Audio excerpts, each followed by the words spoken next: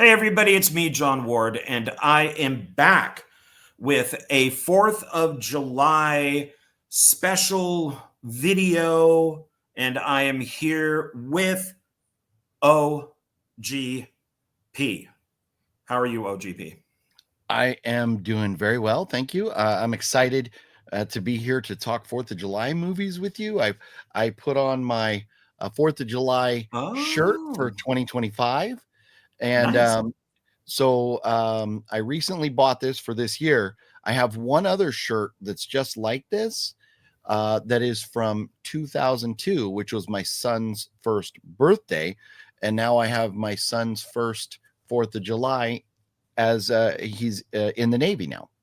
So kind of a commemorative shirt for me, a little special being having kids in the military. So, but yeah, Nice. I'm all rocked out and ready to go talking 4th of July, man.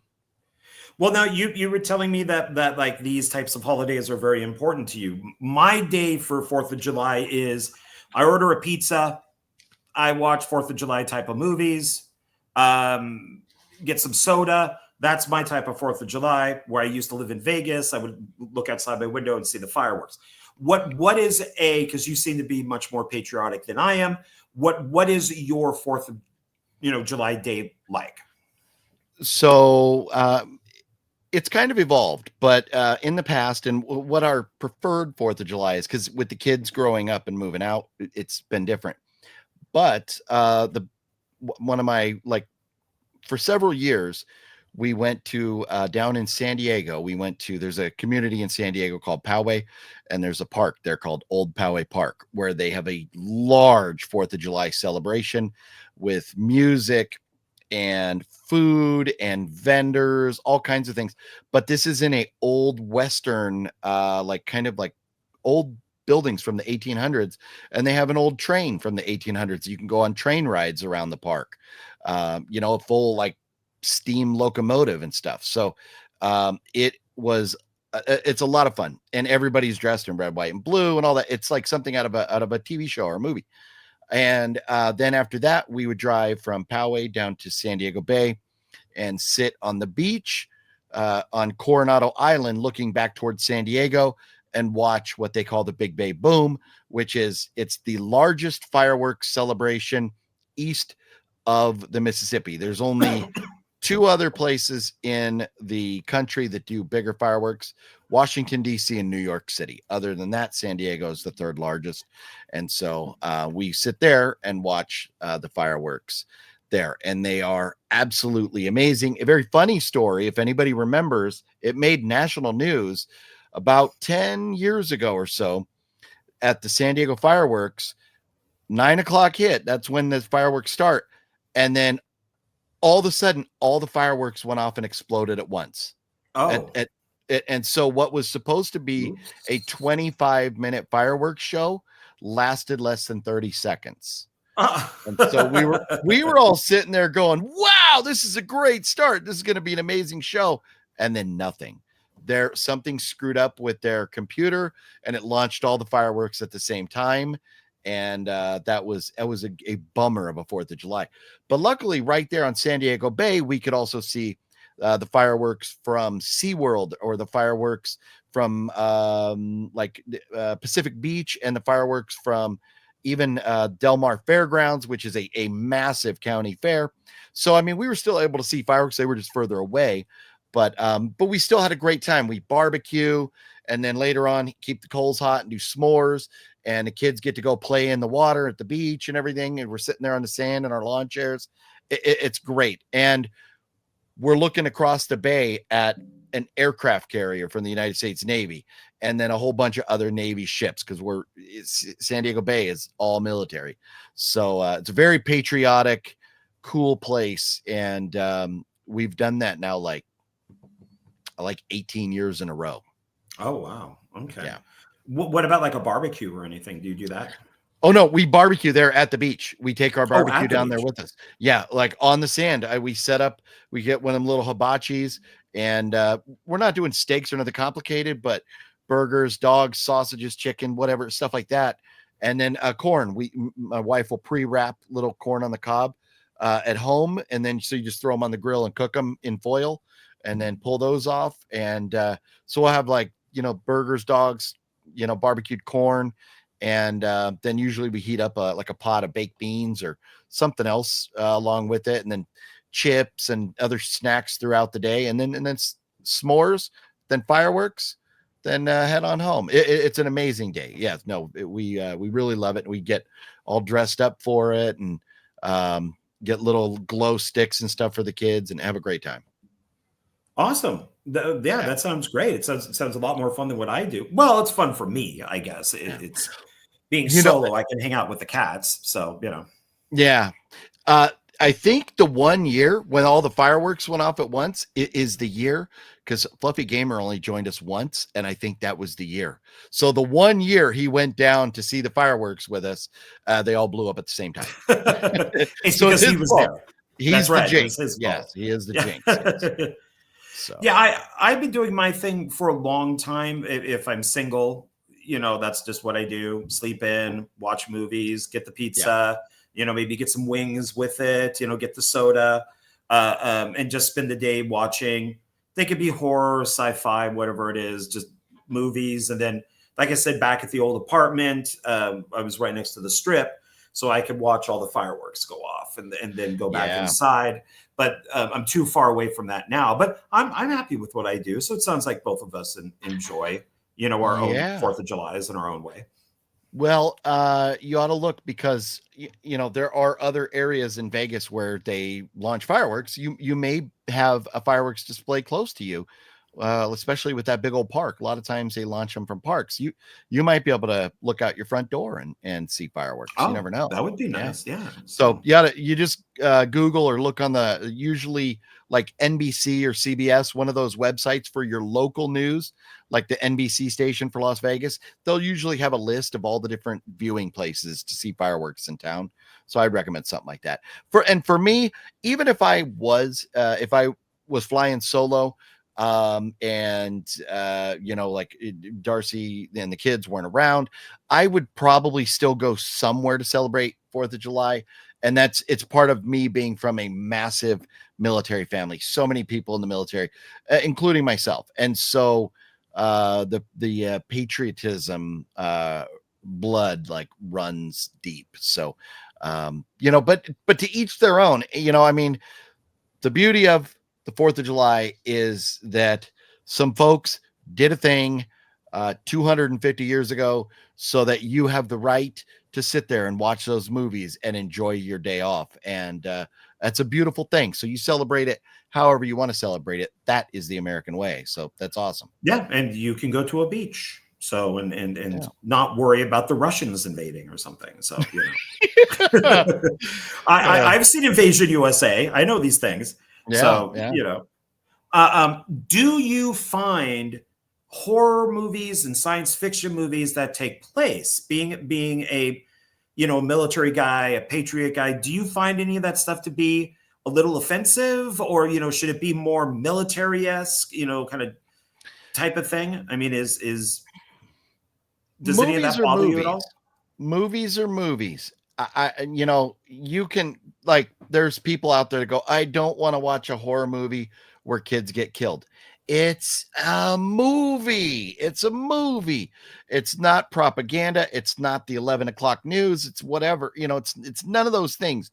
It's a movie. It's a fictitious story. So it can be whatever, let's have, you want to make the president a bad guy and he really wants to press a button and blow somebody up, so Christopher Walken goes and kills him before he ever becomes president.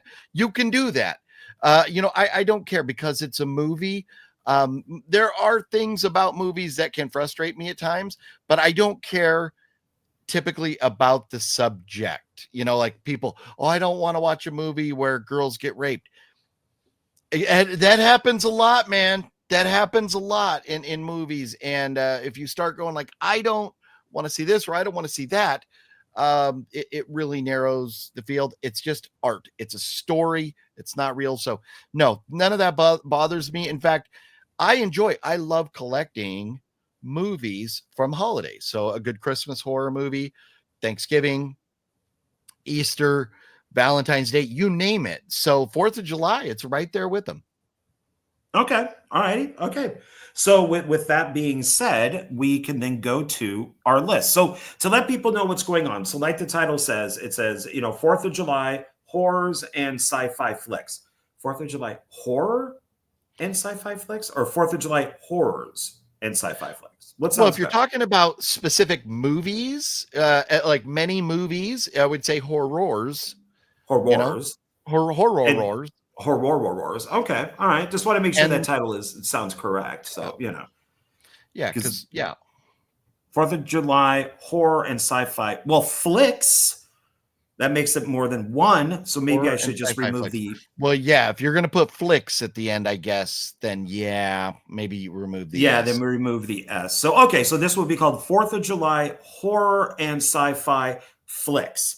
What we're going to be doing, and I've done this in the past, is I will find a list of movies that take place on that day. Like, I'll Google list of Christmas horror movies, and then whatever list looks really good, I go off that list. I find the movies in my collection that I own. I show them off, and then I go through the whole list and look at the movies. Some I've seen, some I haven't. I can talk about them.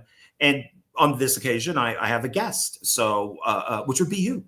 And Ah, so now we can take a look at. We have two lists. We'll try to get to both, but we may only do one depending on the time. But so we'll take a look at the first one here, which is horror and sci-fi. This is from IMDb, and its title is similar to mine, 4th of July horrors. And so Philip is going to, or OGP will control the page there. So the first film that we have on there is called Oclonoids. And do you own Oclonoids? I do. I've never heard of Aquanoids before today. So I do own it. So I have it right Okay, here. It's nice. a Tanya York entertainment. So produced by Tanya York, and it's basically like humanoids from the deep, but ultra low budget. It's fun. I enjoy the movie, and it says there on a small island off of the California coast. It's the 4th of July, and tourists are washing up dead. Mysterious sea creatures called oclonoids are responsible. So there you go.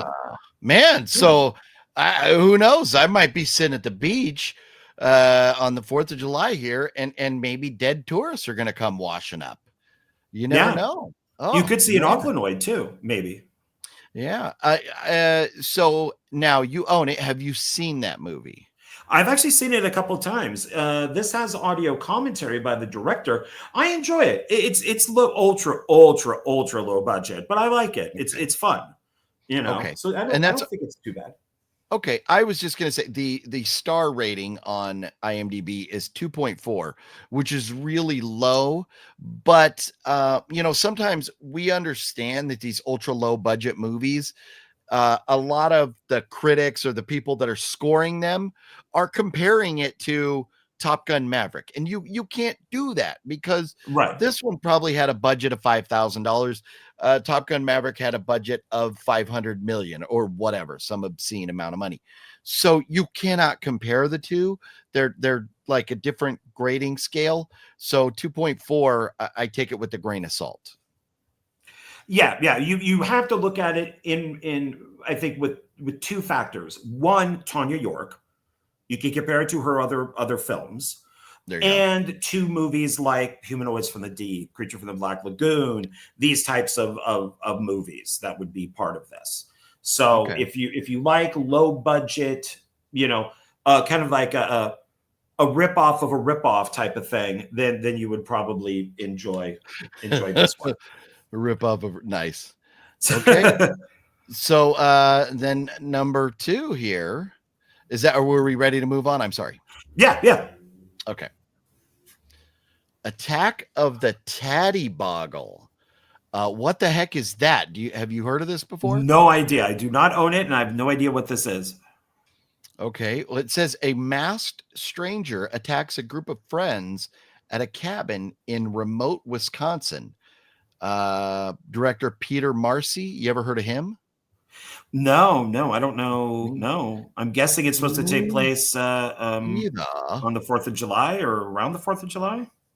Peter Marcy has been a composer, a director, influencer, Firefly, some other stuff that I've never heard of there from Peter Marcy. So, yeah. No idea. What did the guy do from Oclonoids? Go up and click on that director. Okay. Let's just see. So I wonder if he's done other Tanya York movies that I know. Let's see, Cameron Electrical. Get down here. Well, as director, just one. Aquanoids is it. Oh, he's mostly cinematographer. Okay. Yeah. So, wow, he worked on Volcano as a yeah. So he's a gaffer. It looks like more of a gaffer than anything. Yeah. Okay. So I mean, he's working his way up and stuff, but yeah, I mean, you know, we all got to start somewhere. So yeah. Okay. Yeah. Never heard of that one. So have no idea. Yeah. Don't know. But it looks like it's supposed to be better than Oclonoids, though. It's got a 3.5. While Oclonoids has a 2.4. Yeah, and you know, 3.5 is still nothing to write home about. So you know, who knows? But what we need is for anybody watching to comment and let us know, have you seen Attack of the Toddy Boggle? And let us know if we need to add it to our watch list.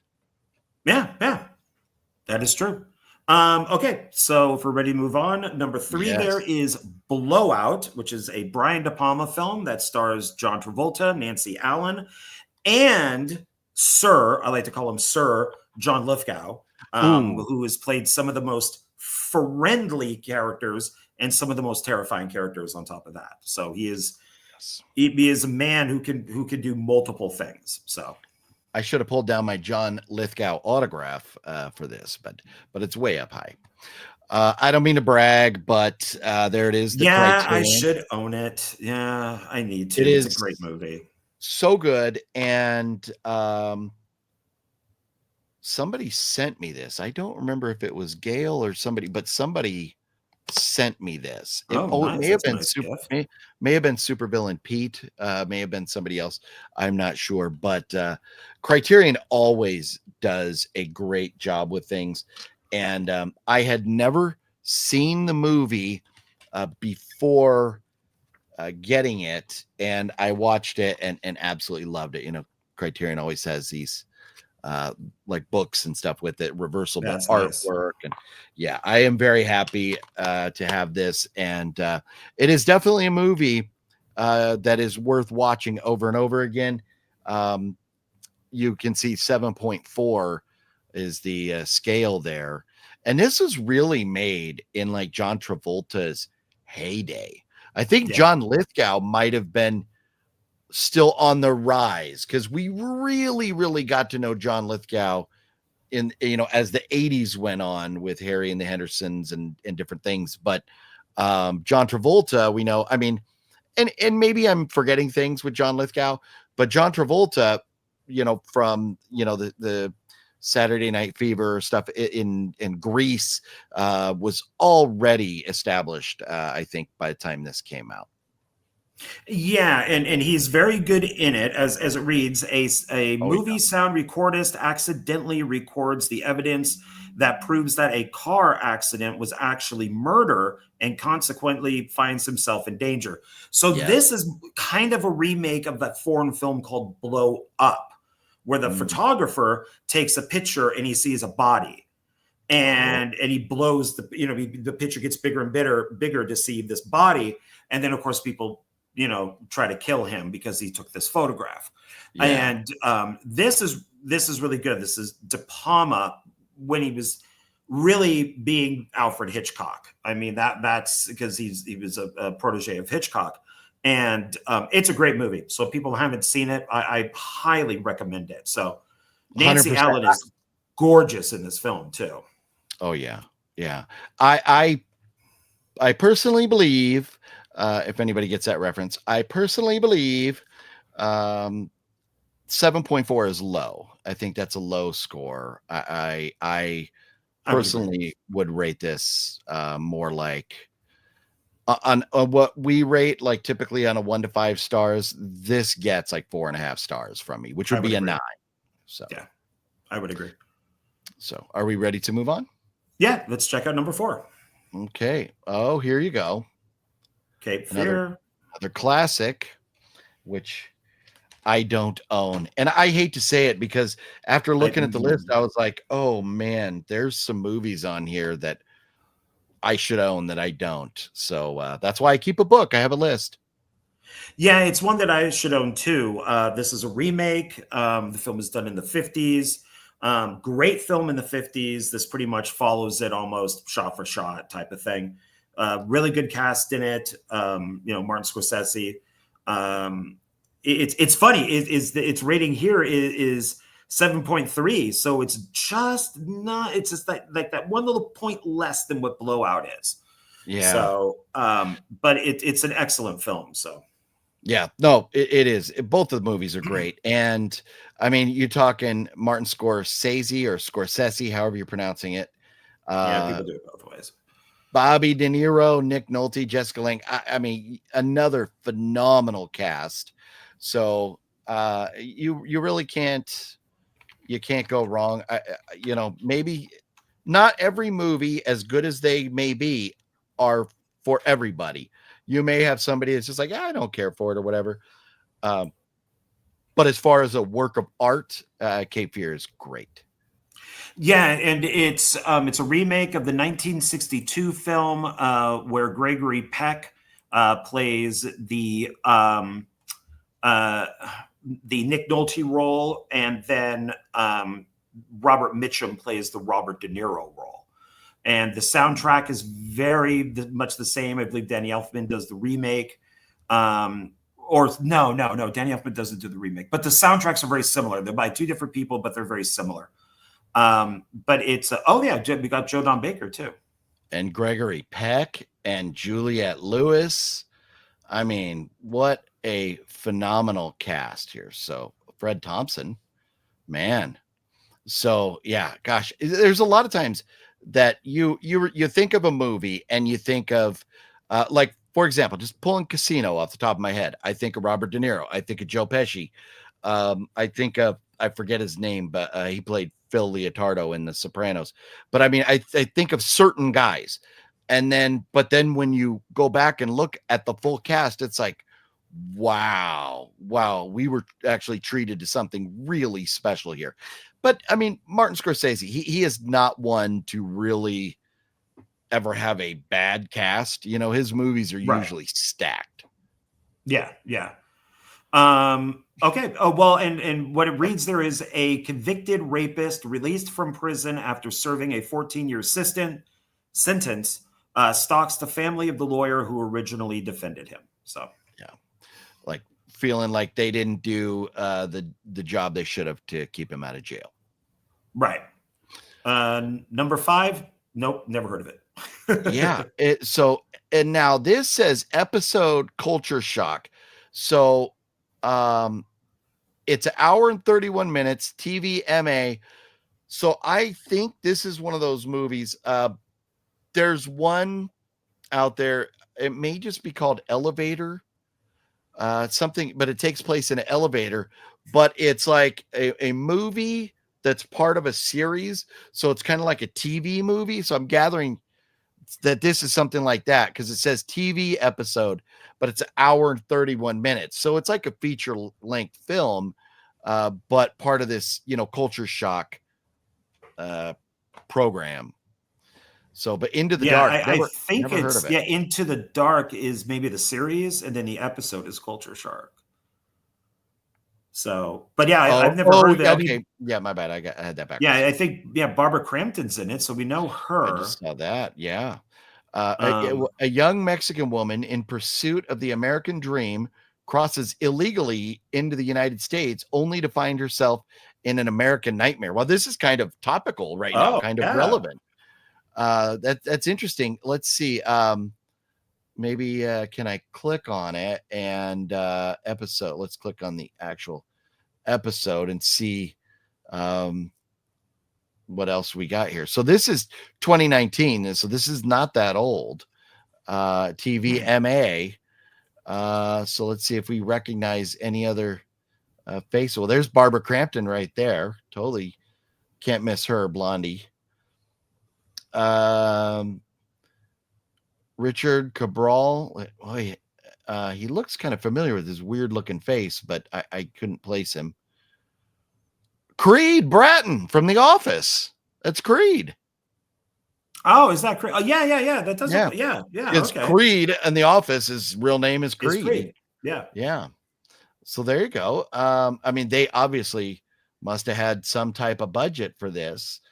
The others, I'm not really recognizing anybody here, but I mean, Barbara Crampton and Creed right off the bat, and they're not even top billed. So maybe these other folks are we should know from something. But I'm kind of curious let's see if we have maybe I went too far. See if we have a budget. A Blumhouse Television. Okay. So it had a good studio behind it. But it's not giving us a budget. So we don't know about the budget there. So, but that might be worth watching. 5.8 is a decent score. So that may be worth watching. Okay. All righty. Yeah. Okay. So let's see. Distiller. Don't know. Do not own that one. Yeah. Does not look familiar with the cast. 3.6. It's not a great score. No, that's pretty low. Let's see. A world-traveling ghost hunter mysteriously disappears, leaving everything to his niece, who accidentally releases a horde of angry spirits imprisoned in liquor bottles during her 4th of July party. Okay. It sounds kind of funny. It can have a low score as long as it makes me laugh and entertains me. I like the idea of what's going on. A world traveling ghost hunter releasing spirits that are in liquor bottles. That's kind of funny. And Distiller is an appropriate title if we're talking liquor and distilling and stuff like that. So that might be one worth putting on the watch list. I don't know that I would go straight into buying it, but maybe try and watching it first. Let's see, just out of curiosity, where can we watch this? Tubi, Roku. So yeah, you can see it anywhere for free, or easily for free, I should say. It looks like it's shot pretty well, looking at the still frames here. So, and here's your big problem. Nobody in the cast has a picture. so ultra low budget, because our cast is a bunch of unknowns. But I mean, we've had a lot of movies. I don't think the majority of the cast of Napoleon Dynamite was unknown at the time, and turned out to be a great flick. So, right. So there you go. Distiller. Okay. Add that to the watch list. There you go. Frogs. Classic. You know what? I've never seen Frogs. I had no idea it was related to the 4th of July. Yeah, I think they're meeting. It's a group of helpless victims celebrate a birthday on an island estate crawling with killer amphibians, birds, insects, and reptiles. So Ray Milland plays the grandfather. That's the birthday. Sam Elliott is there. Joan Van Ark is there, among others. I don't think the frogs actually kill anybody. I think like it starts. It's like a big plantation house. And they're all there. And of course, the dad hates everybody, or the grandfather hates everybody. That's Ray Milland. And they get killed off one by one in weird ways. Like one of the people run out and they fall into quicksand, and that's how they die. I don't think the frogs, there's the person who falls into the quicksand. So I don't think the frogs actually kill anybody. I think they just croak. They do a lot of croaking.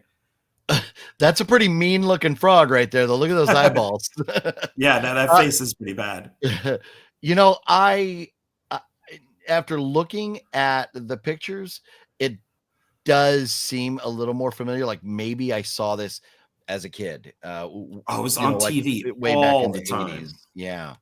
So yeah, it's definitely one that I'm going to have to watch, and I can do that very easily because I do own a copy of it right here. Oh, very nice. I do not. Uh, it is still factory sealed from Walmart. So this is one that when my mom passed away, my dad was like, he goes, I'm not having collecting physical media. I'll just stream whatever I could stream. My mom was always into buying movies, big physical media collector. So this was one that she had just bought and never got around to watching. I am sure my mom had seen this movie before. She was a huge horror fan, but she just didn't get around to rewatching the physical copy that she bought. She bought so many movies that when I inherited them from, I did get a lot that were brand new, still had like Fry's Electronics labels on them or the Warehouse labels on them, stuff Oh, like wow. that. That's Yeah. old school. So, but this is Walmart, the old school, like kind of Walmart tag because it's Walmart doesn't like do those anymore. Like it's hard to show it. Sorry. But yeah, I'll definitely be checking out Frogs. And this isn't like obviously the first release or anything, so it's not like this is super ultra valuable or anything. But to me, a lot of times I don't remove the plastic until I'm ready to watch. So that's why it's sitting there still sealed. Okay, there you go.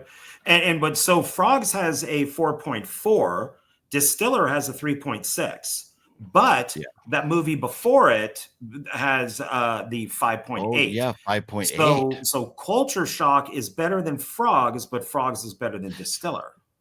But Culture Shock is 2019 and it is Blumhouse. So you know they're not gonna, it might be Blumhouse has put out some dogs as far as stories go, but the picture and the quality always is there as far as the production.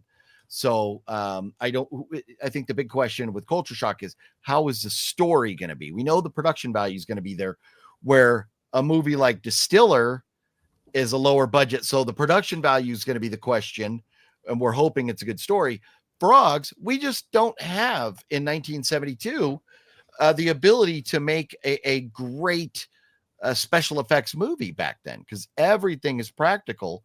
And not only that, but you know, shooting on film, it's just it adds another layer of difficulty to you know the effects and everything. So Sure.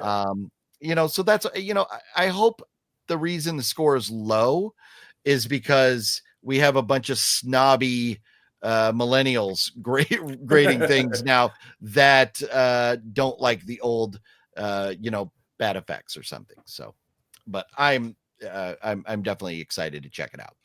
Okay, all right. So let's see. What's number 8? Ghost Shark. Which I do own on Okay. this. It's the Shark Bait 6 killer shark films plus a 7th bite to sink your teeth into. I have a shark. Um, it's 4 shark movies in one. It's way over there. It's in the S's. I can't reach it. I didn't even think about looking in one of those combo packs to see if I actually have that or not, but I don't believe I do. Well, this has Ghost Shark, Mississippi River Sharks, Ozark Sharks, Santa Jaws, where the fin actually has a Santa Claus hat on it, Oh, Swamp Shark, Zombie Shark, extra bite would be Alligator Alley. So it's an alligator movie, not a shark movie. This is Mill Creek Entertainment. So, and they're done like that. So, okay, nice. got a Nice. few. But you do have, well, actually, both of us have a connection to Ghost Shark. Okay. So why don't you go ahead and click on that to Click on find that. out who we. So we'll go down here and look at the cast. Where we go. No.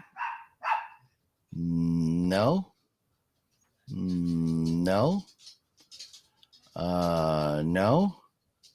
So I don't know anybody in the cast. Okay, try that. Okay. Let's see here. Scrolling.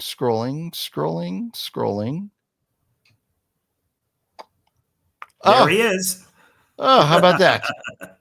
How about them apples? Mr. Cool Duder himself. What year did this come out? Let's go back. It says, I think 2012. Or 2013. So, And I'm wondering if that was still big. Okay, that was my question. Is this big Cool Duder or skinny Cool Duder? Big Cool Duder. He jumps off of a swimming. I believe it's him. He jumps off of a swimming pool, like diving board, and the ghost shark eats him. Oh, funny. No, I've heard, and I have not seen enough Cool Duder movies. I mean, I've seen like one, maybe two. So I don't know, but a lot of people said, I shouldn't say a lot of people, but I have heard that Cool Duder was a much more entertaining character before he lost all his weight. So I think that may be a good thing.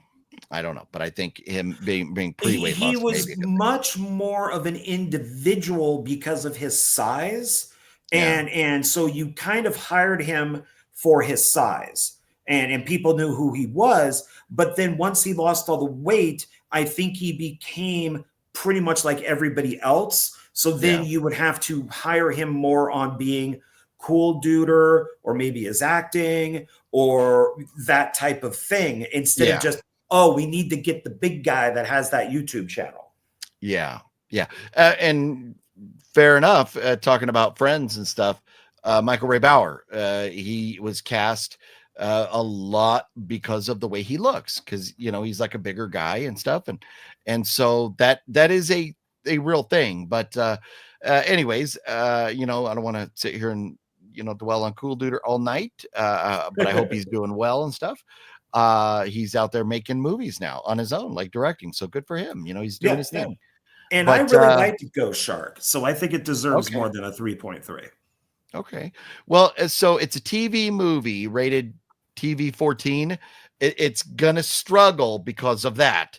TV movies, people a lot of times have issues with them. So it could be just people wanted a ghost shark to be rated R or something. So yeah, I think it's Sci-Fi Channel. When rednecks on a fishing trip kill a great white shark, its spirit comes back for revenge and soon turns its sights on the town of Smallport. Is that what this here says? When rednecks on a fishing trip, it's the exact same description on the back of the box here. It does. It sounds very Sci-Fi Network. It sounds very Asylum-esque. So sometimes those are hit or miss, but as long as you have fun with it, that's all that matters. Yeah. So, well, how about them apples? Now, I think these three keep going up. I think we could do all three of these maybe at the same time. So sure, yeah. So 9, 10, and 11 is the I Know What You Did Last Summer trilogy or series. So I own Blu-ray. I Know What You Did Last Summer. I own DVD. I'll always know what you did last summer. I don't own I Still Know. And I've been looking for it on Blu-ray, but I haven't been able to find it when I've been out there at Zia. But we'll see if I care. I've never been as much of a fan of the I Know What You Did Last Summer franchise as I was the Scream franchise. And obviously these two franchises have a lot in common, came out around the same time. So this was never my jam. So I do want to rewatch them before the new one comes out. But still it's they're lower priorities for me. But I think you feel a little bit different about the franchise, don't you? Yes, I own them as a collection, so I have them like this, Oh, nice. and it's got this cool. There's all three of them right there. I am a big fan of the series, so I am the only person who likes I'll Always Know What You Did Last Summer. Don Shanks, who played Michael Myers in part Halloween 5. He's a stuntman. He plays the fisherman. I really like this because it doesn't take place in like a fishing place or an island. It's like at a ski resort during off season. So there's still snow, but then there's also mountains. I really like this one. This guy also went off to do the Warner Brothers film for DC Comics, The Losers, which I thought was a really good kind of like comic book movie. I also I Still Know What You Did Last Summer. And of course, I Know What You Did Last Summer. So yeah, I am a big fan of all three. I never watched the TV series because I heard it was awful. So never watched. How do they go? So yeah, so I will probably on the 4th of July at least be watching one of these. Yeah, I can't find like on Amazon, I cannot find a Blu-ray box set of the whole franchise. I only see is that DVD that you have? They're all DVDs. Yeah, I wonder, man, that franchise kind of got poo-pooed on by not getting a Blu-ray box set. Interesting. Well, maybe it will be coming out when the new film comes out. Maybe they're just waiting. Yeah, could be. Come out like the same week or something like that. So yeah, I enjoy all of them. I don't really think we need to read what each one is. We all know what it is. The friends get drunk. They kill the person in the road. They hide the body. A year later, the person comes back with the little notes that say, I know what you did last summer, or I still know, or I'll always know. And then the friends have to defend each other from the fishermen. And so, yeah, they're all the same movie. Some are better than others, but And what did I Know What You Did Last Summer? What rating did that get? Go back up a little bit. Oh, they went progressively down, 5.8 to 4.8 to a 3.3. Ouch. So yeah. So, ouch. Okay. Well, yeah. That's kind of, I think, how I would. Yeah. I think I would kind of. Because I Know What You Did Last Summer that takes place in the fishing town. I Still Know You Last Summer takes place on the island, the resort island. And then, like I said, I'll Always Know takes place at that like off-season ski resort. So I think it's cool that they all take place at different locations. So I'm always a fan of that. Yeah. Well, there's one big flaw with I'll Always Know What You Did Last Summer. And that is who the main star is.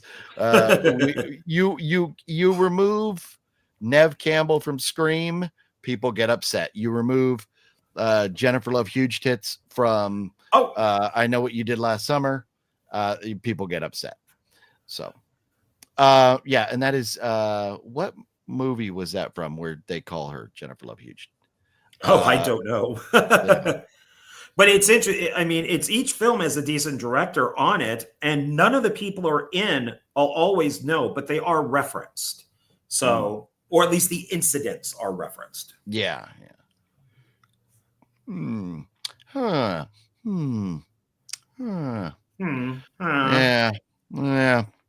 Another film that, I mean, it's a good film, but I just should we do Independence Day 1 and 2 together? Do they have part 2 on here? Oh, I guess they do, huh? I didn't even realize that was and they have Independence Day's Aster. That's a ripoff. Yeah. Oh, it's a ripoff. Okay. So, and we'll put it right there then. Yeah, I don't think I've ever seen. I didn't know there was like a sequel. I don't think anybody does. It was meant to be an ongoing series, and it bombed so bad. Look at the ratings: Independence Day 7.0 to a 5.2. Yeah, I mean 5.2 is still not bad, but a lot of that is just the fact you put Bill Pullman, Jeff Goldblum, Liam Hemsworth in there. The people are going to give it a good score because or they're going to give it points for the cast alone. But man, I don't know. You know, independent. I never really had an issue with Will Smith. I was never a big fan, but he was there. He was decent in movies.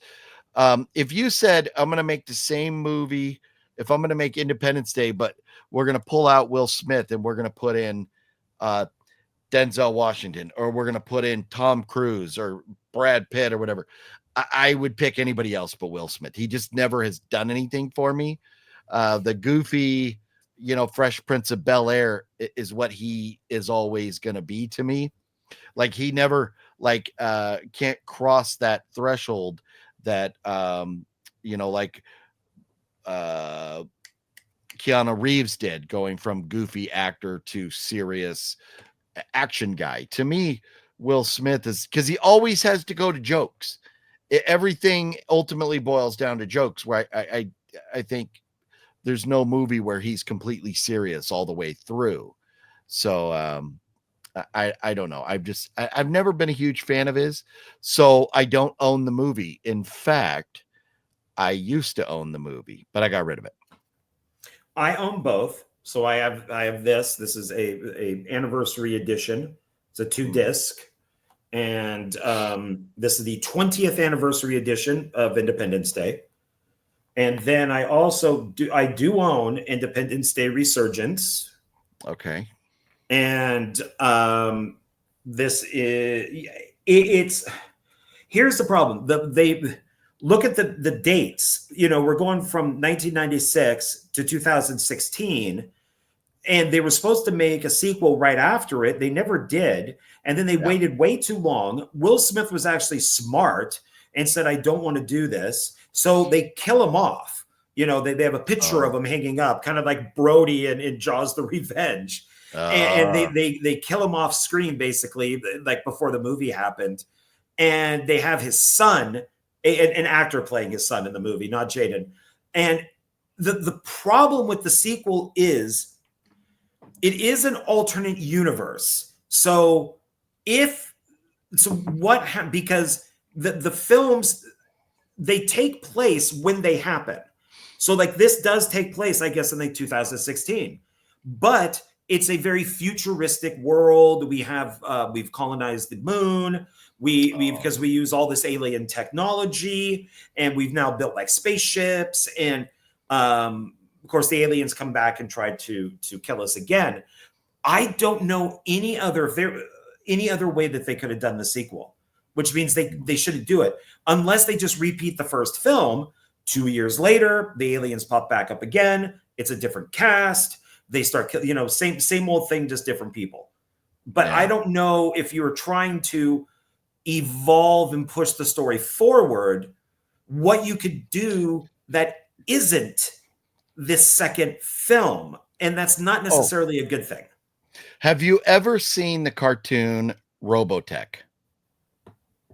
Clips, bits and pieces here and there. Okay, so it was my favorite cartoon of the 80s.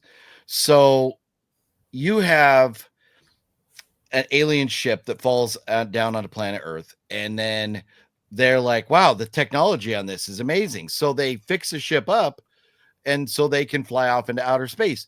Well, once they fire that ship up, it sends off a signal and lets the aliens know, hey, our ship is still out there. So the aliens come looking for their ship, and they want their ship back. And the humans are like, no, you're big aliens. We don't know about you. So we go to war. And you have that all end. Now, after that resolves itself, there's the second season, and then there's a third season. Each season, they're different aliens. So you could have done something where another alien species picked up a signal from this battle that happened, and then they came to kind of check out what's going on, or they came to conquer. They're like, well, they got to be fighting over a planet that's habitable, so let's go kick their ass and we'll take over that planet. So you could have introduced a total separate alien species coming, you know, to take over. You could have interjected, I mean, like the day after this happened, boom, all these alien spaceships like do like a fold and show up, you know, out in our solar system somewhere and then attack us or whatever. So I mean, there's a lot of different things you could have done, but I can't really speak on the movie itself because I haven't seen it. But it to go from Independence Day, and as big of a movie as that is, as well known as it is, even now, almost 30 years later, if you come up with a story that flops for a sequel, that's pretty sad. And they planned a bunch of sequels. That Wow. was the whole thing. And this is Wow. there's just stuff in it that doesn't make sense. Like in the first film, Bill Pullman, who's the president, he connects the alien, connects with him and talks to him and all that type of stuff. And he gets kind of messed up with that. So in Resurgence, he's got like this big beard. He walks with a cane. He's all screwed up from these aliens. I like that. But then in the first film, Brett Spiner, he gets all screwed up. Like we think he's dead in the first film from this alien. And instead he's in a coma in the second the second film for like 20 years. He wakes up because I guess the aliens pop back up and he gets right out of bed and starts wandering around. And it's like, dude, you've been in a coma for 20 years. How are you just getting out of bed and walking around? This doesn't make any sense. Yeah. That's no Dead Zone, man. It took Christopher Walken some time to get up and get back to walking. I see what you did there. I did do that. Yeah. Yeah. So Independence Day, you give it a thumbs up. What would you give Resurgence thumbs up, thumbs down? Would you suggest watching it? Where do you stand? So first one, maybe, second one, kind of. Okay. It's not a thumbs down, but it's kind of like tilting that way. Yeah, okay. It's depending on the day, but I didn't hate it as much as everybody else did. But some of it doesn't make sense. Like once again, if it's 20 years later, Jeff Goldblum's character, I think it's in like South Africa. They go to one of the crashed alien ships. They've never been on it. This is their first time. You've had these ships for 20 years. This is your job. And you're not going to go on the ship. Now you're going to go onto the ship. Oh, because that's when the movie takes place. So it's like a lot of it just doesn't make sense. That'd be like Jeff Goldblum staring at the gates of Jurassic Park and never going in. I see what you did there. Again, I see again what you did there. Hopefully Jeff Goldblum is going to go in those gates this weekend when we go watch. When the general population goes and sees Jurassic World Rebirth. Okay, so that was. I don't even know if Jeff Goldblum's going to be in that one. I don't think he is. I think it's a completely new cast, from what I understand. So number 14, Independence Disaster. Ugh.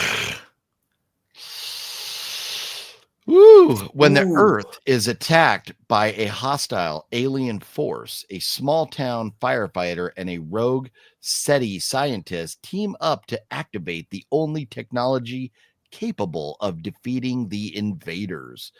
What is this technology? We don't know. I guess we won't know unless we watch. 1 hour, 31 minutes, PG-13 TV movie. Ooh. Have you seen it, John? No, I've never heard of it. Let's take a look. It feels very Asylum to me. Director W.D. Hogan, never heard of him. Oh, that looks terrible. Icy green screen galore. Let's see. Do we recognize any faces? Emily Holmes, she looks kind of familiar. Don't really know though. No. Oh, Tom Everett Scott. Yeah. Oh, you know him. Yeah, he was in That Thing You Do, that Tom Hanks movie. He was in An American Werewolf in Paris. He's been in a bunch of stuff. Okay. So they got a name, which again is very Asylum, where they go get one name. So producers, I'm not seeing Asylum producers in here, so I don't know who it is. But yeah. Well, let's see. Do we got a production company down here? I wish they would put all this stuff together and not make you look at pictures or ads in between all the stuff. I was just kind of curious, the company, if we got a Anchor Bay. Interesting. Also known as the 4th. Independence Day Productions. Yeah. Never heard of it. And honestly, it sounds kind of scary. Well, let's see what the next one, if that one's scary too. So what's 15? So, well, that was a 3.5 star. This one is a 2.2 star. Woof. Independence Day. They change it from DENC to DENTS. Oh man, aliens invade, this time delivering a clear ultimatum. The fate of humanity hangs in the balance as the US president and citizens decide if the aliens are to be trusted or feared. You know, those good old human beings, they'll see aliens coming and they'll start shooting at them and ask questions later, because that's what we do, right? Of course, but this doesn't make sense. So the aliens invade this time, but it says here, if these aliens are to be trusted or feared. Did we trust them before? Is this a sequel? Let's open it up and take a look. See if it's associated with any other movies. Sometimes they list them down here. More like this. Independence Day. Nope, that's a documentary about the Sundance Film Festival. Okay. Oh God, yeah. So no, I just think that they're going on the fact that this has already happened and we're going to do it again. So this is a sequel to Independence Day. They came once, now they're back again. Are they friendly or should they be feared? So they're really going off of the original Independence Day. Yeah, it's definitely what it feels like. Yeah.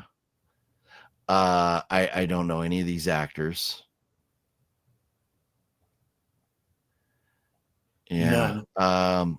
Oh, and it's got a girl president. What year was this? 2016. Somebody was hoping Hillary won that election. Let's see here. Details. Asylum. Does that surprise you? Yeah, there you go. Yeah, so they are the kings of mockbusters. So there you go.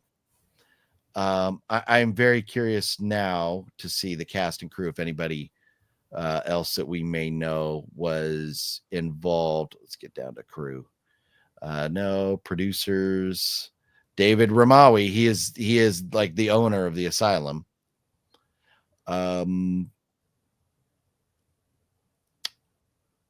Yeah, I don't know any of these other names. So, but that also kind of adds something, little proof to the asylum is a turn and burn company. People go there to get a notch or two in their resume, and then they leave because the asylum just doesn't treat people right.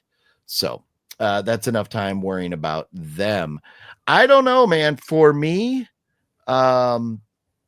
I cannot see myself ever popping it. It's 2.2 and it's asylum. It's going to be terrible, right? So which one? Independence Disaster or Independence Day?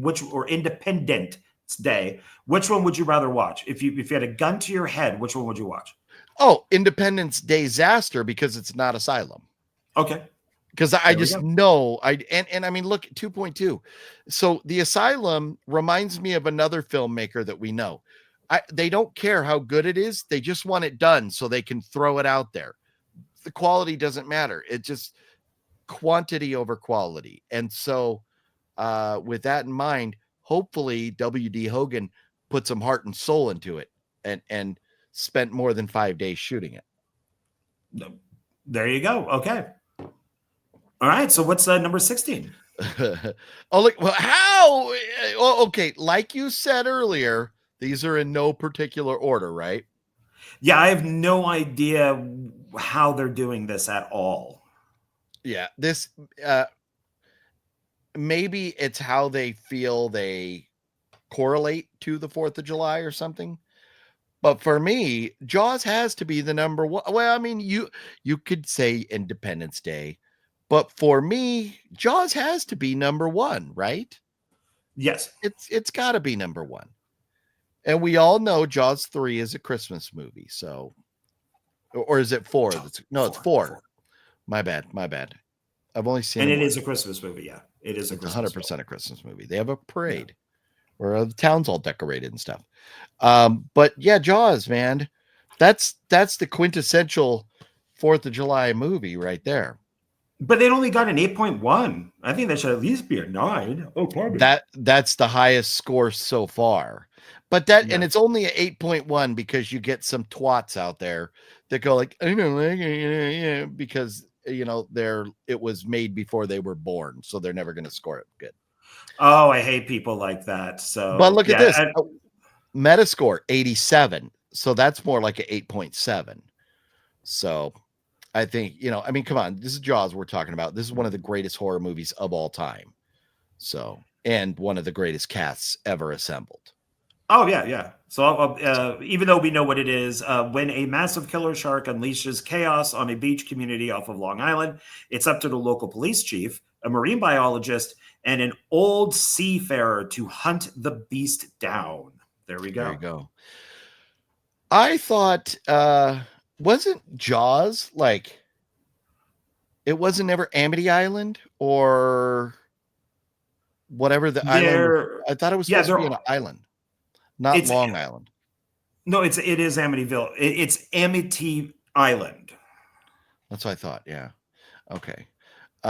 Anyways, just me nitpicking it, stuff that I probably just wrong and don't know what I'm talking about. Well, they mentioned that it's an island because Brody says it's only an island if you look at it from the ocean. Yeah. And that's, I always thought it was off of Cape Cod, or I thought it was like up there by like Martha's Vineyard and stuff, not necessarily Long Island. But I mean, apples and, whatever. It's a great movie. We love it. Yes. John, Jersey Shore Shark Attack. I see the word Jersey and shore, and I go like, whatever that guy DJ Pauly or whatever with the stupid hair. Is this supposed to be like that? Have you seen this? Do you know anything about it? Read the description. Oh no, a cast of characters strikingly similar to the cast of Jersey try to survive an epidemic of sharks attacking Miami Beach. I hope they all die. I hope the filmmakers kill them all. Yeah, I thought that I owned this, but I have Miami Shark Attack, not Jersey Shore Shark Attack. So they are two different films, and I even think that's I think it's in my shark bait one, or is it in a different one? No, it's in a different one. Yeah, I have a few of these. So, but yeah, I have seen it, and yeah, and it's basically they just have actors playing the characters from Jersey Shore, and they get eaten. It was something we ought to do on some of these videos is just go and bet whether we think it's an asylum movie or not. It's a TV movie. It's rated 3.0. Came out in 2012. Let's find out. Let's get down. Let's take a look. Motion picture taglines. Also known as something country of origin production companies. Nope, ARO Entertainment. So it's not. It's wannabe asylum. So that's even scarier. Now, here's the funny thing. I used to, one of my girlfriends way back in the day, Sanchia, her godfather is Jack Scalia, the very first picture on there. Okay. I am blown away because Tony Sirico's in this.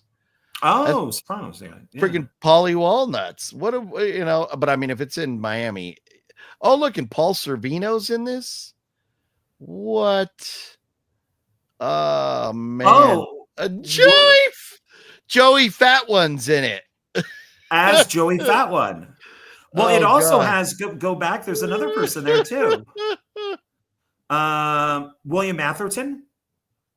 He looks familiar. He looks like that. He's the guy from Ghostbusters. This man has no penis. Oh, is he the guy with no penis? Yeah. Oh, that's funny. Okay. Wow. So they they were all on set for one day.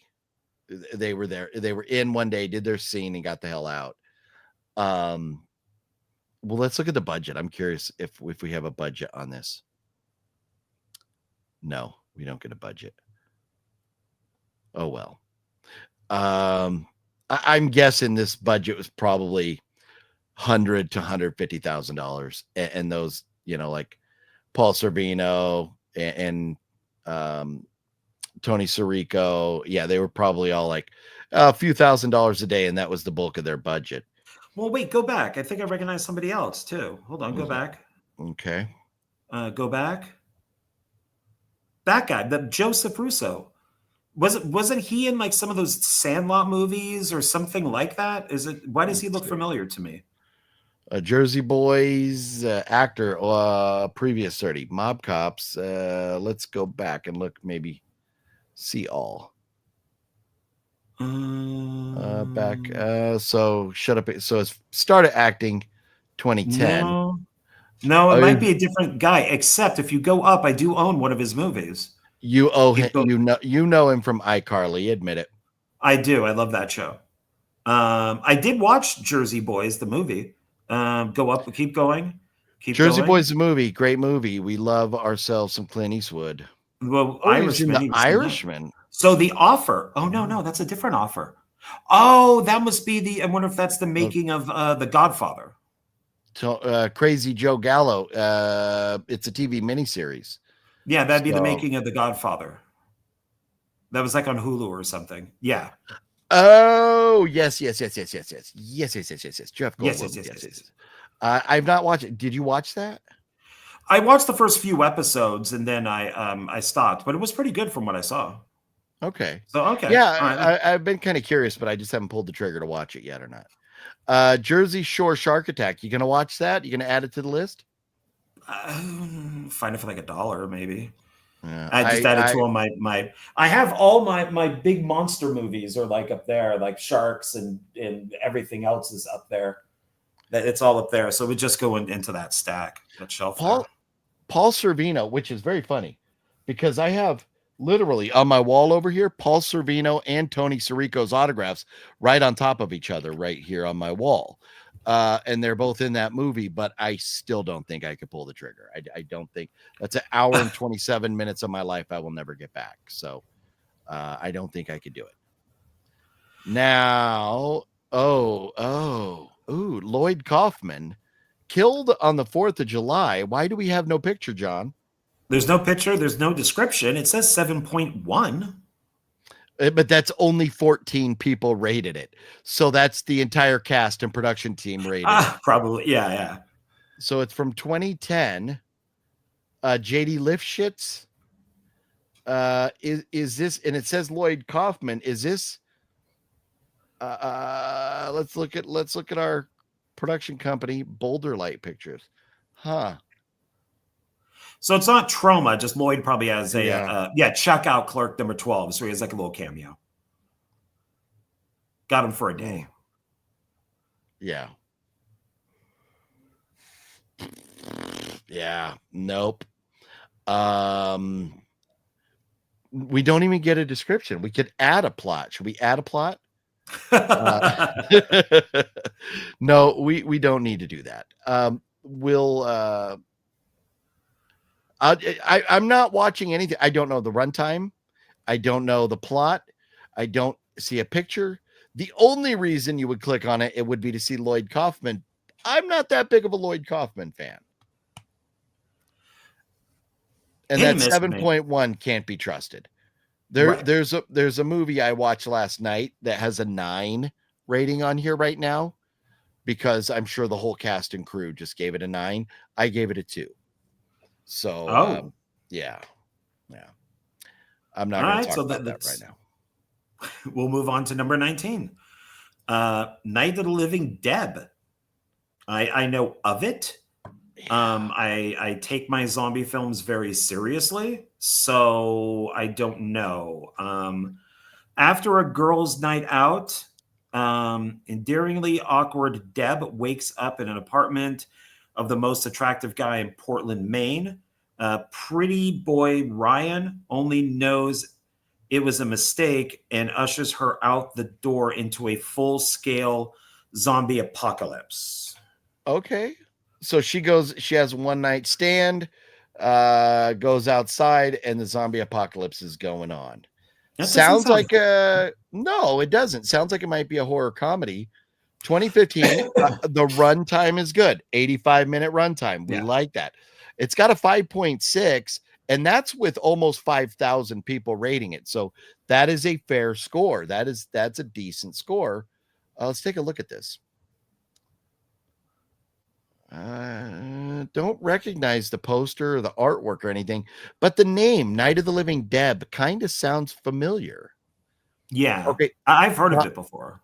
Okay. Comedy, horror, romance. There you go. Let's take a look at our cast. Oh, we see familiar faces. Yeah, there's Ray Wise is on there. Yeah. So Deb is Maria Thayer. Let's see if we can see what Maria Thayer's known for. State of Play, Accepted. She's been in 75 things. So she was in Forgetting Sarah Marshall. So she's done some good projects. So that's a good thing. Don't know any of these people. Where are you? No. So Ray Wise is all the way down here. So that means he's probably on set for one day if he's billed this low, because he should probably be billed top based on his celebrity status. Yeah. But I wonder if Ray Wise got to see Deb's Twin Peaks. Oh, you may never know. Yeah. Kyle Rankin, you ever heard of him? No. He also directed, let's see. Run, Hide, Fight. Never heard of it. Nuclear Family. Infestation, I've heard of. Okay. Oh shit, he's the director of the Battle of Shaker Heights. That was the very first Project Greenlight movie. I have no idea what that is. That's the Ben Affleck, Matt Damon. That was their TV show about from buying a script and getting a director to the making of the whole movie. Oh, yeah. Really? Oh, look at him. Wow, what a youngin' right there. Oh my god. Yeah, it's one of his first films. Wow. Amy Smart. Wow. Wow. And so I take it that's a good flick, huh? It was okay. I don't remember a lot about it, but it was all right. I enjoyed. Feast is one of them. That was like the last one that they did. Oh yeah, and you know what? And I just completed my Feast collection not too long ago, and I need to watch. They're on the list. Yeah. Okay, so that's interesting. So he has some credibility to his name. The director does. So that I think it's the second Project Greenlight, I think. The second. Okay. Yeah, the second one. I'm pretty sure. But still, I mean, he's obviously done some decent work. So Night of the Living Deb, that I think that needs to go on the list. I think I need to watch that. Yeah. Might have to see that. Okay. Very nice. Re-elected. Never heard of it. You heard of it? No. Let's see. Deep in the woods on the 4th of July, siblings Nate and Angela must face off against the zombies of American presidents and their worst nightmare, spending an entire evening together. Well, Night of the Deb got a better review, 5.6 to a 3.4. It's funny, but here's the problem. You only have less than 50 American presidents. So that's not that many zombies. If that's all you got to do is kill 47 zombies, you're doing okay. You got a chance. Well, let's click on. Maybe they'll show the zombies or something. Let's see. Okay. I like the artwork, but that sometimes can be misleading. Comedy horror, okay. You can see it on Plex or Tubi for free. The pictures are not looking that promising. I mean, I guess that's not that bad. I just want to see what one of the zombies look like. See if we can find one. Like, are they fighting Abraham Lincoln, and does he have like the big hat? They're all like, you could tell it's one of those movies where it starts out with young people partying. There they are. Ugh. Ugh. That well, there's a zombie hand. Well, there you go. So that's the old wig. Like, would they be like a Ben Franklin or somebody like that? Yeah, maybe a Washington, George Washington or something. Who did Eric Alexis play in the movie? Let's find out. Eric Alexis played George Washington. There you go. George Washington. And this is kind of also scary that not many people in the cast, 2 of them, have actual pictures on there. Let's see, do we get a budget on this one? No, people don't like to put their budgets. I don't know why. Leaflet McGillicuddy Films. Huh. Okay. Well, at least it's an hour and 22 minutes. So yeah, it's not long. To me, it may be worth a watch. I may give it a one-time watch. It's on Tubi. Just check it out there and see how it goes. Maybe I think it's worth a watch. Night of Living Dead and Reelected are so far the two films that we think might be worth watching. Yeah. Okay. The Bay. There we go. What do you say? Do you want to make something out of clay? I just may down by the bay. I got to get in the Adam Sandler reference for John there because he loves him. How dare you? So, yeah, nothing fancy with the Bay. $9, $8.99 or something like that on Amazon. Definitely worth the watch. Love this movie. It was on my list to get forever and ever and ever. But then after I found out that where you got yours, I played copycat and got mine in the same place. Yeah, I wanted Blu-ray. So this is a Barry Levinson film, surprisingly, from the guy who gave us like Wag the Dog and Diner and Tin Men and Rain Man, the Academy Award-winning Rain Man. He decides to do a found footage Parasite movie that takes place on the 4th of July in this little sleepy town. And I loved it. I absolutely love this film. It has like a 12-minute making of that I thought was pretty good. There might be audio commentary. Yeah, there is audio commentary. And I love this film. I think it's great. I wanted it on Blu-ray, but it's just out of print and way too expensive. So I figured, well, I want it, so I'll get it this way. But it is, that rating is bullshit. That 5.7, fuck bullshit. 5.7 is a decent rating. A lot of people don't like found footage movies. That hurts it right there. And not only the found footage element, but there's no big name stars. So that hurts it as well. That's true, but it makes it better. It makes it more realistic, I think. For somebody like you who really appreciates that type of thing, the realism aspect of it. But, this is not expert ratings. This is anybody that can rate. 31,000 people. A big portion of them are like, well, if I don't know if it doesn't have, one of the Avengers in it, then I don't care. So that's what I think. But I mean, Barry Levinson, like you mentioned with that 12-minute kind of making of, I love the way he talks about how it came to fruition. They wanted him to do like a documentary style. And he's like, they already did that and nobody gave a shit. So we're going to do it differently. I think he did great. He put it together very well. I am with you. This deserves a much higher score, but I understand why the score is where it is. Well, and it's so the documentary he's talking about is it's a real documentary. These parasites are in fish. A lot of people don't eat fish because of these parasites. And these parasites enter the fish's mouth and they stay right here. And they will eat. So it'll kind of be like this. And they'll eat the food and the fish will die because the parasite's eating all the food.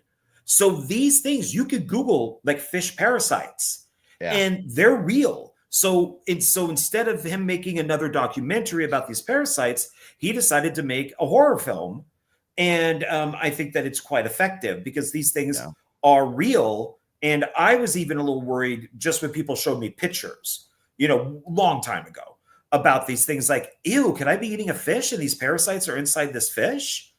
Because he says in the documentary or in the behind the scenes, when they cut open the fish in one scene and they pry it open and there's all these little things that kind of look like maggots, he said, those are the parasites. Those are real. That's not an effect.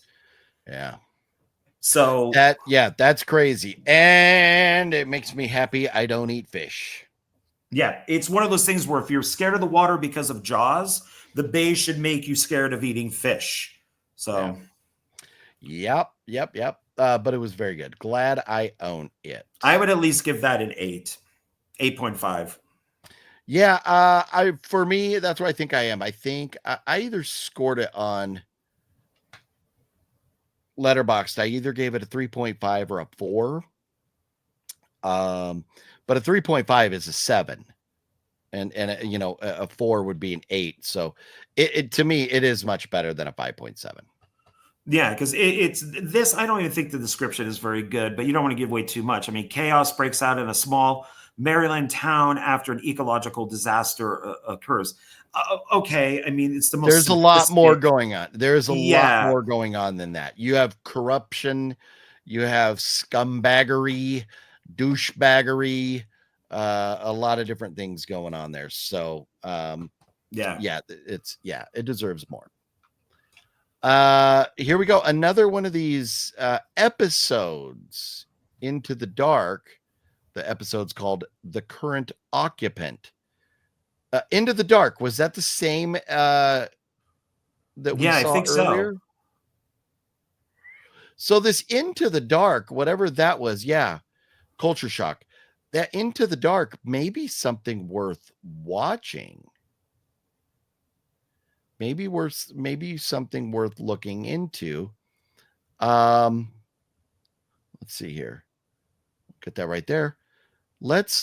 I am curious to see Into the Dark now as a whole, where we can watch this. Into the Dark TV series from 2018 to 2021, TVMA, and horror anthology series with each episode inspired by a holiday. Oh, that's right up your alley. Shit, yeah, sure it is. Wow. Okay, and TVMA, psychological, supernatural, drama, fantasy, horror, mystery. It's got a lot of good stuff going on in there. Where can we watch? Nowhere. What the shit? This is sad because it's not listed as anywhere we could watch. Usually where you would watch it would be right down here. So we may not be able to find this. We're going to have to Google. Uh-oh. Did you fall down? No, I wanted to bring my chair up. For some reason, when I sit in it, it slowly goes down. So my head was like down to here. And it's like, funny. No, I want to be up higher, but I couldn't find it sitting down. So I had to get up and move it. So sorry, guys, if I flash you my butt or anything. I am clothed, but still, I don't want my butt filling up the screen. But now, now I'm better. Now I'm up high. But that sounds interesting. I would watch that. It really does. I am bummed because okay, now this says Hulu. So that's why I think we need to try and find it on Hulu, because they don't have listed anywhere. Usually like right here would be where you could watch it. Tubi, Hulu, whatever. It's not listed. So but it does say Hulu on the picture. So that's my guess, is that we need to watch on Hulu, and this stupid ad won't go away again. Maybe if we go, nope. Stupid ad. Dumb ad. That is stupid. So this is season 2, episode 10. And so I think it was like what, season 1 was the one that we already looked at. Now this is season 2. Yeah. So each year they do there must be what, 12 episodes? Or no, because there's not 12. I'm thinking months. So just each season would cover all the same holidays, just with different stories. Let's see how many total episodes they have. 24. So probably 2 seasons, 12 and 12. Yeah. So, okay. But this says, trapped in a mysterious psychiatric ward, a man with no memory comes to believe that he's the president of the United States and the subject of a diabolical conspiracy. As the asylum soul-crushing forces bear down on him, he fights to preserve his sanity and escape so that he can return to power. Okay. Interesting. There's videos. Oh, we don't even have pictures. I want to say some of them look familiar, but I don't know them. None to me so far. Who is this one right here that is? You can't. I hate that it leaves him on the corner. We can't see who he is. But no, I don't think cast. We know. Oh, go up a little bit. It says like this is an adaptation of, right above the here. This is an adaptation of the 1970s play called The Quantum Realm. Okay. Okay. All right. Well, there you go. I am sold because of the Into Dark. I think I want to watch those now. And if they're all about an hour and a half at 24, that's 36 hours worth of entertainment right there if they're good. So that's cool. Yeah. I'm sorry. Were we ready to move on? Yes. Okay. The Evil in Us. Don't know. Never heard of it. Jason William Lee. Well, he has my 2 middle names. I'm John William Lee. Oh, yeah. Yeah.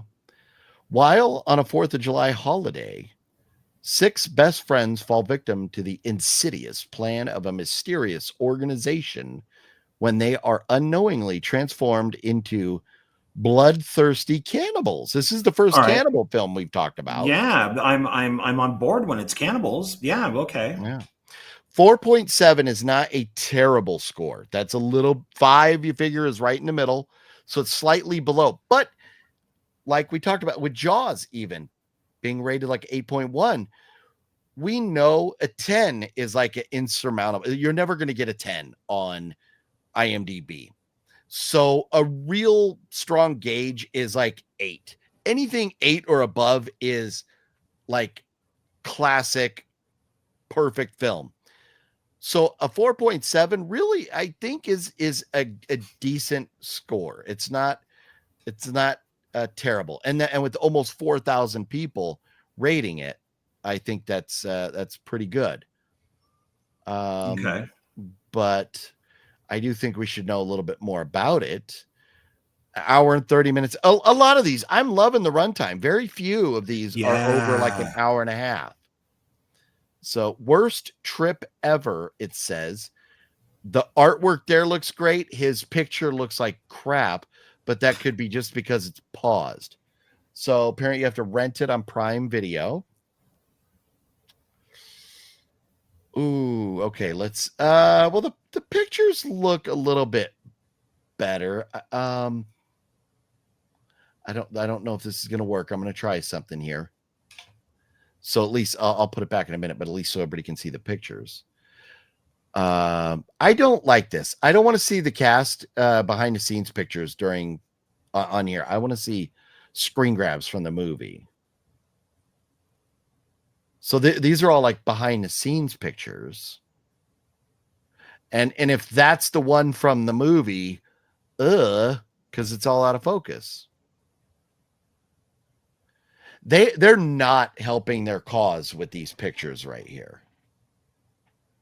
They're really So not. wait, so go back one. Oh, okay. Don't worry. Right? Oh, that. No, there was the one that like showed all the movies. Oh, That that. one right there. So is the one that we do we know any Sinister of these? Circle. I think they all seem like knockoffs of something else. Yeah, I don't recognize any titles on these. Yeah, let's take a look at the production company. And from Canada, production company, Sandcastle, Providence, Canadian. Nothing that stands out. The budget or anything like that? No, I wish they would give us more information. Yeah, I don't know. For me, this may be a pass. Should we read the full storyline? 6 school friends meet up for a 4th of July celebration on a remote island off the Washington coast for a weekend of fun and partying. But the good times I am offended because we hit period and then started a sentence with but. Come on, English major typing this. But the good times quickly to a nightmare when they unknowingly take a new bioactive drug containing a virus that causes fits of psychotic rage. One by one, man, forgive me. Only one girl, Bree, doesn't take the drug, and she alone must fight to stay alive as her friends slowly turn into bloodthirsty cannibals. Trapped on the island, Bree must endure the unimaginable and fight for her life. I don't know. I might. I like the virus. I like the drug. I like kind of like an isolated place. I like the cannibals. Maybe. A bioactive drug that contains a virus that creates a psychotic rage. Hello, 28 days later. Hey, this might be better than 28 years later. Never know. But see, now 28 days later, they weren't cannibals. They were just killers. So yeah, maybe. They're not doing themselves any favors with these pictures. And again, movies that start out where we have to be a group of people having a party. So freaking cliche. I get it, but this doesn't sell me at all either. It's so cliched. So cliche. What kind of dipshit would do that, especially like in a clown motel or something? I don't know. I don't know. Who knows? Who knows? So yeah, I don't. Oh, what were we? Oh, the evil in us is where we were, right? I don't know. Yeah. Here's the problem, though. You got to pay to watch this. You're going to have to rent it. Nope. So yeah. So I'm not paying. If I could watch for free on Tubi, but yeah, it just showed Amazon, right? So yeah, I'm not. Yeah. John, The Return of the Living Dead. Is this? Oh, because it starts out right July 4th. The date, right? Yes. Yeah. And my Return of the Living Dead's over there. I didn't go grab it. That's right, because the building, man, it has that. Let's see if we got the picture of it.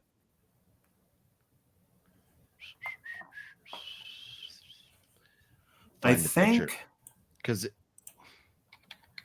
it's an iconic scene where they show the outside of the building and the date. But man, this is one of, if not the greatest zombie movie of all time. I would not be mad at people if they argue. No, it starts on the 3rd. Okay. And goes over into. Okay, so that the date then says the 3rd, July 3rd, 1980 or whatever. 1984. Okay, yeah. So I was hoping they would have a picture of that, but Oh, they do. I have it right here. Maybe I can. Okay. I was just worried they were going to share with us good old Linnea, right? Her boobies. We didn't want to share Linnea's boobies and get you in trouble. There you go. Yeah, thank you. That is an iconic photograph. And I know where that building is. And next time John comes out, we're going to go visit that building.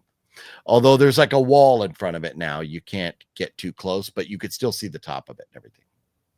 Yeah, because I think, it's 5:30 because it starts with them almost getting off work and then goes overnight. And then that's when they nuke the town, I believe, is on the 4th of July. Yeah. Yep. 7.3, very deserved score. Hour and 31 minutes is money on the runtime. And, the cast, it's just great. Everything about Return of the Living Dead is well. And James Karen, who's in this, as we know, is the guy who's teaching the young guy the ropes. I got to sell him a bow tie. He came into our the Men's Warehouse tuxedo store that I worked at, and he needed a bow tie, and I got to sell him a bow tie. And he was in a film called Frankenstein Meets the Space Monster, which is amazing. It's from the 50s. It's considered to be one of the worst movies ever made. And when he was there, I was telling my coworker, I'm like, this guy was in one of the greatest movies ever made. And I couldn't remember Frankenstein Meets the Space Monster. So I went with the standard and went Return of the Living Dead. So I'm like, fuck, why couldn't I remember that? Because he probably never gets told that. This is what he's most known for. So I don't know. And this is Dan O'Bannon, of course, and it's John Russo. It's based on his book. But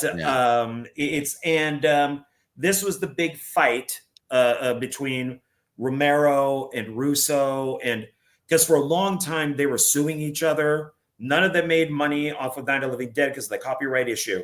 So they all went out and made their own. That's why Romero did Dawn of the Dead. That's why we got Return of the Living Dead. That's why we got the remake of Night of the Living Dead, because each of them then went out and made their own zombie movies. The Graveyard Zombie made Flesh Eater because they didn't make any money. So they made their own films to make money, just like the Texas Chainsaw Massacre guys. Nobody made money off that first film, but then Toby Hooper had to make part 2 to make money.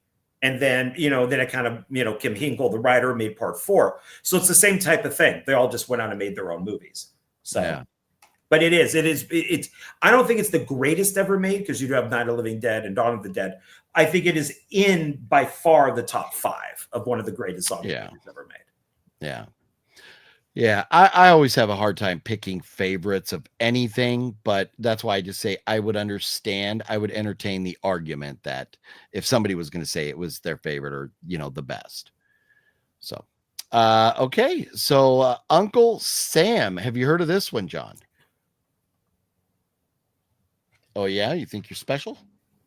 Oh, look at you. Look at you. Is yours Blue Underground? Oh, do you have one of those fancy covers? Yeah, I got the shiny cover, yeah. Nice. This is William Justig, who also did Maniac, and he's the owner. He's the creator of Blue Underground. He stopped being a filmmaker to preserve movies. This is written by Larry Cohen, who did the It's Alive movies. One of the greatest filmmakers, one of the greatest writers out there was Larry Cohen. I hated this movie with a passion. I hate this film. Jonathan, and I think it was Dustin Hubbard and myself. No. It was Jonathan, Paul, and myself reviewed this about a year or so ago. I hated this movie. I really, really hated this movie. The problem is that the guy who plays Uncle Sam he's a soldier. He's an asshole when he's a soldier. He dies. He comes back to life as Uncle Sam and is still an asshole. Like, he wasn't I can understand if they wanted to make him a patriot. He's a nice guy. He's very much about America, American values, all that type of stuff. But you could still make him a nice guy. No, man, this guy's a dick from the second the film begins. I really hated this movie. And even though it has like Bo Hopkins, Timothy Bottoms, Robert Forster, BJ Souls, William Smith, I mean, Isaac Hayes. I mean, it is, and William Justic is a good director too. But it's just, and he directed Friday the 13th, the final chapter. Did you say Robert Forster too? Wow. Yeah. Wow. Yeah, it's a great cast. It's just, I think it's just an awful movie. Okay. Yeah. I own it. It's one I've never seen. I need to get around to watching it. Filmed in Laverne, huh? Wow. Okay. Budget $2 million. Finally we get a budget on one. That's not a lot of money, but your problem is more with the story then, as opposed to like production quality and stuff. Is that the directing, the production, and all that stuff is fine. No, I apologize. Joseph Zito directed Friday the 13th Part 4, not William Justic. That's my bad. Before anybody corrects me. But Justic has made some good moves. Oh no, I'm thinking Maniac Cop. That's what he did. He did Maniac Cop. Oh, okay. With Bruce Campbell. No, the cast is great. The directing is fine. The effects are fine. The idea of it is fine. It's just, I don't know why they would and I don't know why filmmakers do this. You make somebody a jerk at the beginning, and then you make them a jerk in the middle, then you make them a jerk at the end. It doesn't make any sense. It doesn't. It's no, because you hold no empathy or anything for these people at all. And I didn't like it. Okay. Oh, Vigilante. He directed the great film Vigilante too. Well, and you're not alone, because I mean, 4.6 rating. That means a lot of people did not like it. So.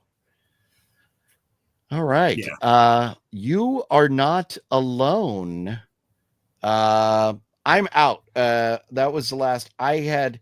I only have 7 here in my stack, but I do have Return of the Living Dead, which is just over there. I didn't grab it. I missed it. So I do have 8 from this list is what I have. And I have like 11, something like that, maybe a little more, something like that. I don't know. You are not alone. I don't know what this is. Okay. Hour and 36 minutes. Very few people scoring it. 259. Not many people have seen this movie at all. Natalie is a college graduate visiting her hometown over the 4th of July. It should really say weekend or something there.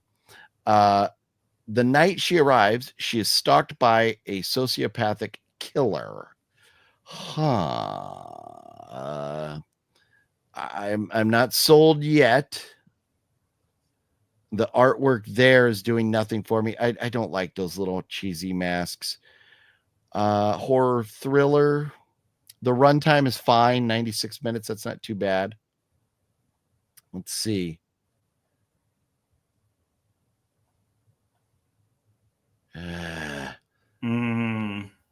Yeah, I don't like that mask. I don't. That's all the pictures too. They're not doing anything to sell it right there. I don't know any of the cast. No. Yeah. Okay. Let's see if we have a budget or anything. Walnut, Illinois, where it was filmed. No. Oh, you said 136. To me, that's way too long. So I mean, it's 96 minutes. It better be good at 96 minutes. Yeah. Hour 25, something like that. Then yeah, I'm okay. Yeah. Derek Munger, as a director, has done Dead Man Dying, You're Not Alone, and Desolation. Shit I've never heard of. No, nothing. So has he written anything? Nope. Basically, he's known for the 3 movies he's done. So I don't have high hopes for this at all. Roku channel, you could watch it for free. This would be something I would be like, maybe if I couldn't absolutely find anything else to watch. but I would probably be quick to turn it off if it wasn't going well. But yeah, No, and I agree with you with the poster. It's just not the mask that bothers me. It just looks like they went to some sort of website and put it in there, and they just found font that they liked and typed it into the picture and then saved it. Like, it's not interesting. Like, I could make this, and I don't even know a lot about how to do that. And so that to me right there, just like, no, it's not interesting. It doesn't grab me. Yeah. Sell your friggin' movie with your art, with your posters and stuff. So yeah, I'm going to pass on that one. Yeah. There we go. Dark Skies. It's one that I do want to see. Ooh, PG-13. Ooh. Brother. But it does have a 6.3 with 83,000 reviews. That is very good. It was a big movie. It's a major company. It's Gary Russell. Okay. So yeah. I don't know that I've ever heard of it. Let's see. I think it's a UFO type of thing. Okay. As the Barrett family's peaceful suburban life is rocked by an escalating series of disturbing events, they come to learn that a terrifying and deadly force is after them, one which may have arrived from beyond the stars. So we got alien invasion coming after him here.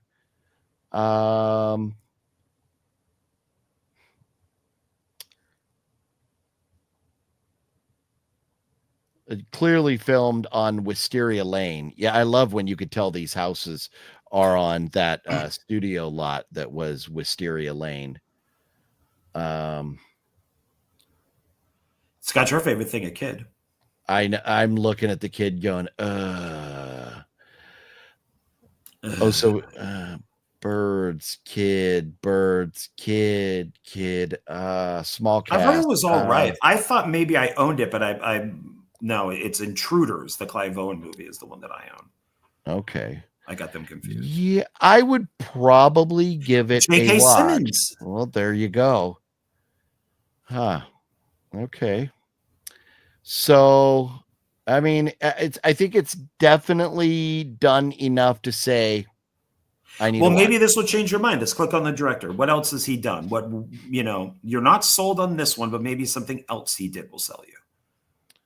Let's see. Dominion. Oh, that's a sci-fi Dominion. Ooh. Siren. No. That's okay. So he did Legion, which I loved, which is the archangels like Gabriel and Michael. It's the Terminator, but with angels. I really liked Legion. Okay. Dominion is the TV show based off the movie. That was okay. Oh, he did Holidays. That's the one that you would like. Yeah. Well, no, I've seen Holidays. I've seen it. So he did the Christmas one. Yeah. Okay. Defiance, I know of. Priest. That's another good one. Okay. Okay. I'm all right. I would watch this. I'm sold with this guy. So yeah, I think he's done enough. And the cast, yeah, you put J.K. Simmons. J.K. Simmons pops up in a lot of TV type movies and stuff, but he's a great actor. Country of Origin USA, Santa Clarita, filming location, Alliance, Blumhouse. So okay, so if Blumhouse was involved, budget. Oh look, you got your budget. 3.5, yeah. Gross worldwide 27. So it really killed. I mean, 3.5 million budget and it's made 27 million. So that's good. Yeah, I think it's definitely one to put on the list then. Yeah, so, I would agree with that. I'll put it on my list. Yeah. At least 3 to go on the list there. And that's it, sir. Okay. So let's not take this over 2 hours. So we'll spend 10 minutes on the next tab right there. Okay. And did you pull any from this list or did I? Was I the only one? Oh, no, I did not go into this list at all. So this is Wikipedia, Independence Day movies that are basically USA. And it's horror, drama, comedy, sci-fi, it's whatever it is. So I just went through the alphabet and trying to make it a little bigger so you can read it. Oh, there we go. So if we're starting with A, I did Arsenal, the 2017 film. And that is this one here. It's with Nicolas Cage is in it. Oh, okay. It also has the lead actor from Entourage, and it's got John Cusack. And I guess this is an unofficial sequel to another film. I think it's called Deadfall because Nicolas Cage plays the same character. Oh, okay. Okay. I know Deadfall. And Deadfall was on my list for a long time, and then I bought it and I watched it and I liked it. I've never seen it, and I need to because Mickey Dolenz is in that movie from the Monkees. This is a Stephen C. Miller movie. So to me, that could be hit or miss. Then if we go down to the B's, I got Born on the 4th of July, so the Tom Cruise movie. Okay. The Bay and Blown Away, obviously we already talked about those, but yeah, Born on the 4th of July. Oh, look. Blown Away isn't bad. The trailers ruined that movie. That should have been a good film. So if you click on it, you'll see that it's like Tommy Lee Jones, I think, or not. Well, just like put the thing over it. Yeah. Oh yeah. Yeah. And the trailer throws the twist is in the trailer, and they would not go and advertise this movie. They refused because they're like, you ruined the movie. I do remember this movie. I do. I enjoy the stuff about like the Irish, the like Northern Ireland, stuff like that, like the war over there. Any of those type of movies are good. Yeah. Oh, and then of course, if we look at the top 1776, which I don't own, and I should own the soundtrack to that. That is a great musical that's about the signing of the Declaration of Independence. It was a play. It's a movie. Great film, great songs. So, okay. On the next one, if we go down to the D's, then we have Dead Reckoning. And that's right here. That was what? You probably own this. This is Dollar Tree. But Dead Reckoning. What? Where's Tommy? No, not that Dead Reckoning, unfortunately. But it does have James Remar in it, so that's a good thing. Dead Ringer, Dead Silence, Dead Pit, Dead Next Door, Dead Meat. I do not have Dead Reckoning. Oh wow, it was one that was always at Dollar Tree when they were selling films. So. I don't collect action movies. I collect horror. Oh, that would make sense. Okay. Yeah. So this, good cute girl in a bathing James suit right Remar though, like I would watch it for James Remar. I got him right there. Well, that's cool. So, and now if we go down to H, because I have nothing in G, we got Hannibal. So somewhere in this movie, I forget where, there is the 4th of July. I don't remember that reference at all. Because Hannibal, man, we take off for Europe pretty damn quick. Interesting. Okay. Yeah. So I don't remember a Hannibal. That's interesting. Okay. And then, of course, in the I's, we did the I Know What You Did Last Summer movies. There's the Independence Day. There's one of the ripoffs. So then if you go back up to the J's, J, we got Jaws. So we did that one. And then for the L's, that's, Junior Bonner is one I probably should see. That's Steve McQueen. So here, Live Free or Die Hard. That's the one that I got. So here it is in a collection. I don't own any of the maybe no, I think I own the first Die Hard movie. It's in the Christmas box. But I don't own any other Die Hard movies. I wanted this on Blu-ray, but on DVD for some reason, Live Free or Die Hard is the R-rated version. You get both because this came out as PG-13. Okay. They cut out him saying, yippee-ki-yay, motherfucker. Instead, it's just yippee-ki-yay. Oh. But in the R-rated version, they added the fucker to it. Interesting. Yeah. I like fuckers. I do too. I like the fuckers. They're good people. Yeah. Miss Firecracker was an okay film. Music Man was fine for looking at the M's. Then we have for the N's, Night of the Living Deb. So we went down there. If we go to the... that's Holly Hunter. Then the R's, Return of the Living Dead. Roller Coaster, that is me. I've never been able to look at roller coasters since that movie when I saw it as a kid. I hate going on roller coasters because it's about a mad bomber who sets up bombs on roller coasters. And then right before the car gets to it, he explodes it and it sails the coaster into whatever it hits. Final Destination, like before Final Destination. This is 1977. Yeah. So this Final Destination don't make me scary at all because that's Final Destination. This, because it was a real guy doing it. That's what he was doing, going from, and I think it's Magic Mountain where that was filmed, or at least some of it. Rudolph and Rally Around the Flag. That does look like the Revolution, the roller coaster called Revolution. Yeah, very scary. Darko. I haven't watched that yet. You know what? I own it. I think I might be the only person who likes this. David E. Kelly, just he wants nothing to do with it. He had nothing to do with it to begin with. But I enjoyed it. It's the actress who plays Donnie Darko's little sister is reprising her role in this. I enjoyed it. I actually thought that it was pretty good as far as like a weird sequel goes. I did not mind it at all. So I don't know why people hate it. It's no Donnie Darko, but I didn't think it was too bad. Well, you also love sausage parties, sir. I do. Oh, that's funny. That is funny. And this is the R-rated version of it. So this is a funny film. Okay. But you got, and what else do we have there? Sausage Party, Silver Smash. Oh, Southland Tales. So we have that here. Speaking of Richard E. Kelly.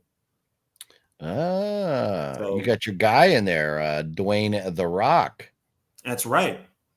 Yeah. And this is a very strange movie. A lot of people hate this film. It took me, I watched it twice.